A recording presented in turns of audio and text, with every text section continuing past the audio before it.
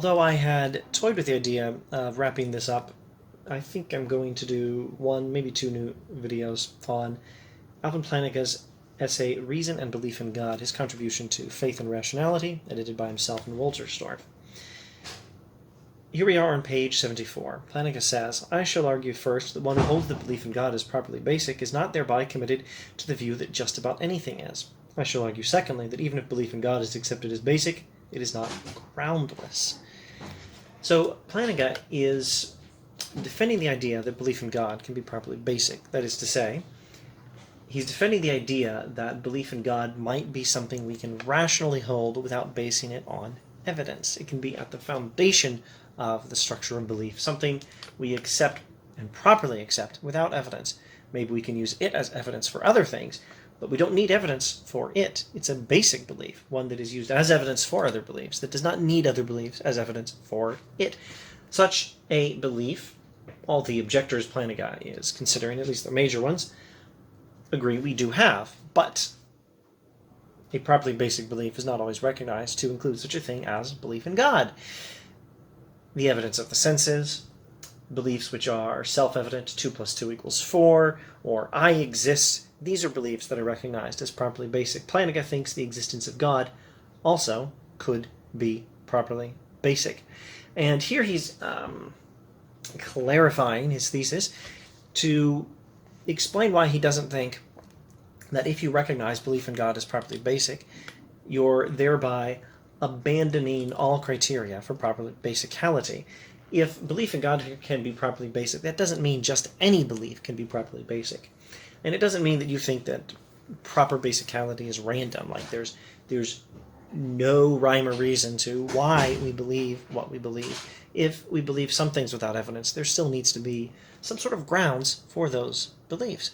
What sort of grounds? Well, Plantinga will have to explain it, and it's going to take him a very long time, many hundreds of pages, multiple books. But here he makes a beginning. And we begin with the great pumpkin objection. It is tempting to raise the following sort of question. If belief in God is properly basic, why cannot just any belief be properly basic? Could we not say the same for any bizarre aberration we can think of? What about voodoo or astrology? What about the belief that the great pumpkin returns every Halloween? This is Linus' belief from the Peanuts comic strip, from wonderful film productions such as It's the Great Pumpkin, Charlie Brown. What about the belief that the great pumpkin returns every Halloween? Could I properly take that as basic? Skipping just a bit, if we say that belief in God is properly basic, will we not be committed to holding that just anything or nearly anything can properly be taken as basic, thus throwing wide the gates to irrationalism and superstition? Well, so the objection goes. If belief in God can be recognized as properly basic, then it seems like we'd have to recognize anything as properly basic, and allow that Linus, who believes that the great pumpkin returns every Halloween to the most sincere pumpkin patch and delivers candy to any good children who happen to be there, Linus, who believes this without evidence, we'd have to recognize as rational, if we recognize belief in God as rational without evidence. Plantinga says, no, that's not true. That objection presupposes that in abandoning a criterion for proper basicality, you're abandoning every criterion. So, what Plantinga is objecting to is what is called classical foundationalism, which acknowledges that we do have properly basic beliefs and says that there's a criterion for proper basicality. In order to be properly basic, a belief must be self-evident or evident to the senses, or, as he describes it, incorrigible. Rewind and watch earlier videos if you want to review that material. So Plantinga says that's not the right criterion, and therefore I don't recognize the objection based on that criterion to belief in God as properly basic. And so the objection he toys with as a response to his own view is that, therefore, if you've abandoned our criterion for proper basicality and recognized belief in God as a properly basic belief, then you ought to be consistent, recognize belief in the great pumpkin and all manner of outlandish, wacky beliefs as properly basic. And Plantinga says, no, that objection would only work if, in recognizing belief in the existence of God as properly basic, we were abandoning the very idea of a criterion for proper basicality. Here's the deal. There must be a criterion for proper basicality. On the objection of the criterion fashionable among the classical foundationalists, some people have said that belief in God cannot be a properly basic belief. Plantinga has said that criterion is wrong, and therefore that objection to believing in God without evidence fails. But that does not mean that there's no such thing as a criterion for proper basicality. Let me try to rephrase this. This is a lot of philosophy words. Let me see if I can say it one more time in different words. We need evidence for most of our beliefs, but that evidence comes from some beliefs that do not rely on evidence.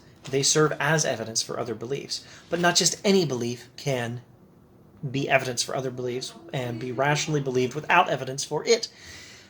Some beliefs can, other beliefs can't. So there's a criterion for what makes a belief properly basic in that way. What is the criterion? Plantinga says, I think belief in God could be one of those beliefs. And people who give a particular criterion for a belief being like that say otherwise, but their criterion happens to be mistaken. So it's pretty obvious at this point that for Plantinga to complete his defense of belief in God as properly basic, he's going to have to actually give a criterion. But, he says, I don't have to do that yet. I certainly don't have to do that to make the suggestion that belief in God can be properly basic, and I certainly don't have to do that to reject the criterion for proper basicality given by the classical foundationalists. He draws an analogy from a criterion for meaning. Any luck? Yes, I have it right here.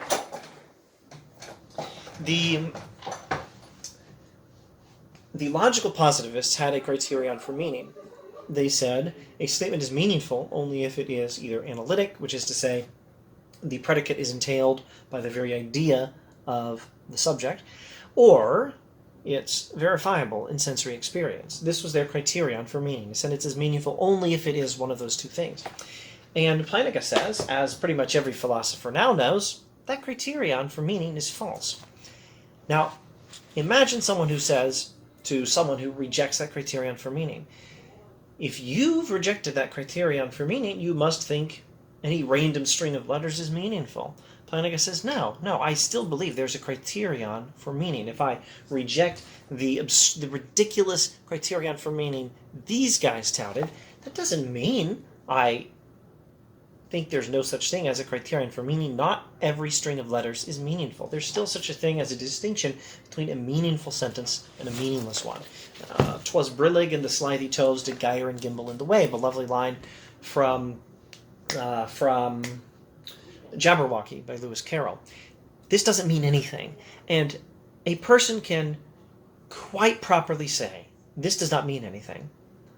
And the logical positivist had the wrong criterion of meaning, and not have to say what is his own criterion of meaning in order to do that. The point is that there is a criterion. If you have time, you need to give your own criterion of meaning that will exclude nonsense words from Jabberwocky by Lewis Carroll from the category of sentences you think are meaningful. And that will be a better criterion of meaning than these guys have. But in order to object to their criterion of meaning, you don't have to just abandon the idea that there's a criterion of meaning and welcome any old random string of letters as a meaningful sentence. Similarly, with belief in God, proper basicality, Plantinga is objecting to the classical foundationalists' criterion for proper basicality.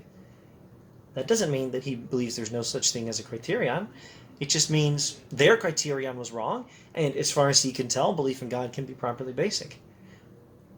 By some criterion, a better criterion for proper basicality, a criterion which will not recognize belief in the Great Pumpkin as a properly basic belief, but will recognize belief in the God of the Bible. What sort of criterion would that be? Plantinga, page 75.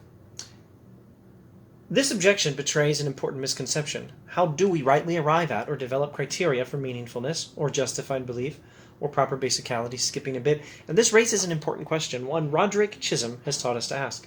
What is the status of criteria for knowledge or proper basicality or justified belief, etc., etc.?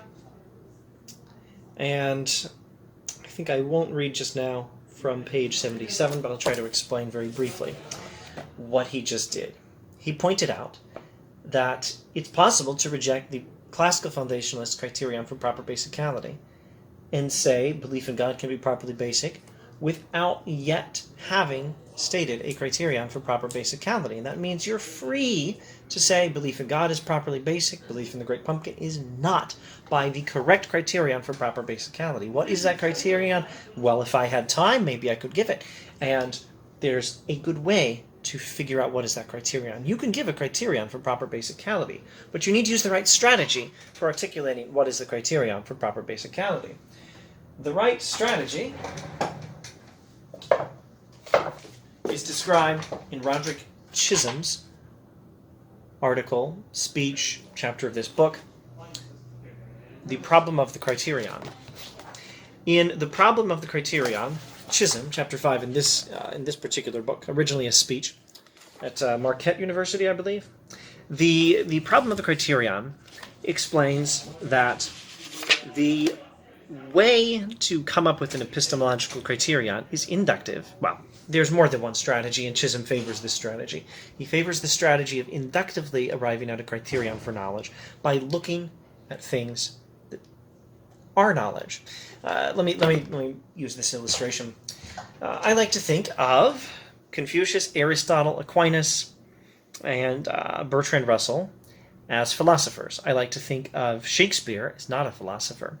But if you ask me what exactly is a philosopher and want me to give a somewhat more detailed definition than someone who seeks wisdom, because Shakespeare's probably doing that, I'm not really sure what definition I will give you. And I can tell you this, without knowing exactly what sort of definition of philosophy I might give you, I can tell you that I will prefer to use this strategy for giving a definition of philosophy. I'm not going to sit here and say, here's a criterion for what makes someone a philosopher, and then start sorting famous people, Shakespeare, Confucius, Aquinas, according to whether they meet that criterion. No, I'm going to say, here's some philosophers, Confucius, Aquinas, Bertrand Russell, Plato, Aristotle. Here's some people who are not philosophers, Shakespeare, and well, most other people, in fact, lots of people who are not philosophers. And I'm going to look at that list of people who are philosophers and figure out what they have in common that these other people don't have. And whatever that is, that's going to be the criterion for philosophy, for a philosopher. So Chisholm said, that's how you figure out an epistemological criterion. You want to figure out what knowledge is? Look at some things that you know are knowledge. Study them. Reason inductively about them to figure out what are their characteristics. That will tell you what is the criterion for knowledge. Plantinga says that's the right way to come up with a criterion for knowledge, and indeed a criterion for proper basicality, following the particularist approach of Roderick Chisholm. And he doesn't do it here. He will not do it in this essay. He will not do it in this book. He will not do it in anything in the Reformed epistemology era of his career. He will not do it. This is 1983. He's not going to do it in 1983. This book was reprinted 86, 90, 96, 98, 2000, 2004. Well, by the year 2000, he'd finally done it. It took him a long time. It took him... Actually, no, it didn't take him that long. Around 1993, actually, was when he articulated the criterion. And we'll get to it in later videos.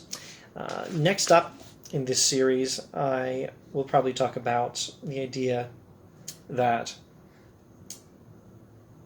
saying that belief in God is properly basic is not the same thing as saying it's groundless. All possible grounds for belief, not all possible grounds for belief are evidence. You can say that belief in God doesn't require evidence without saying that it's groundless. We'll get to that next time, and along with it, some hints as to what the criterion for proper basicality might actually be, although it's going to take him some more time, and 2 other books to explain that criterion.